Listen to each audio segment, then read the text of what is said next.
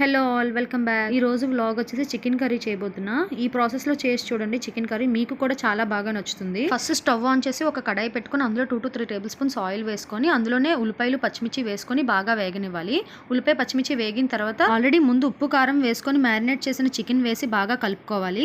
Chicken కొంచెం వేగిన తర్వాత అందులోనే 2 టేబుల్ స్పూన్స్ కారం 2 టేబుల్ స్పూన్స్ ఉప్పు వేసుకొని బాగా కలుపుకోవాలి.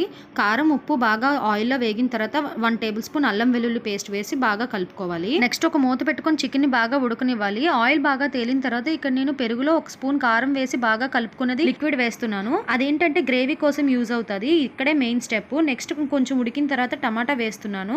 టమాటా వేసుకొని కొంచెం సేపు మూత పెట్టాను. నెక్స్ట్ టమాటా మగ్గిన తర్వాత ఒకసారి బాగా కలుపుకొని ఫైనల్ గా చికెన్ మసాలా యాడ్ చేసుకోవాలి. చికెన్ మసాలా యాడ్ చేసిన తర్వాత లో ఫ్లేమ్ లో ఒక 5 to 10 మినిట్స్ ఉంచుకొని స్టవ్ ఆఫ్ చేసుకోవడం అండ్ ఫైనల్ గా కొత్తిమీర వేసుకొని సర్వ్ చేసుకోవడం. వేడివేడిగా చికెన్ కర్రీ రెడీ. మీరు కూడా ఈ స్టైల్లో ట్రై చేసి నాకు చెప్పండి. మళ్ళీ నెక్స్ట్ వ్లాగ్ లో కలుద్దాం. Bye bye.